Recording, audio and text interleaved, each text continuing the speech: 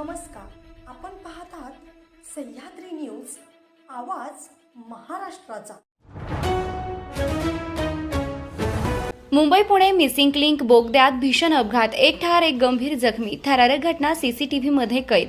Mumbai Pune express वेवरील connecting लिंकच्या missing link बोगद्यात गुरुवारी आणि शुक्रवारच्या मध्यरात्री भीषण अपघात झालाय.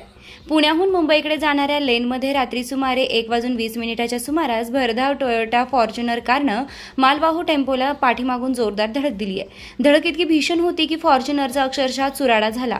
या अपघातात कारमधील एका व्यक्तीचा जागीच मृत्यू झाला तर एक जण गंभीर जखमी झाला. अन्य 3 जण थोडक्यात बचावले. सर्वजण पिंपरी चिंचवड परिसरातील असल्याची प्राथमिक माहिती आहे.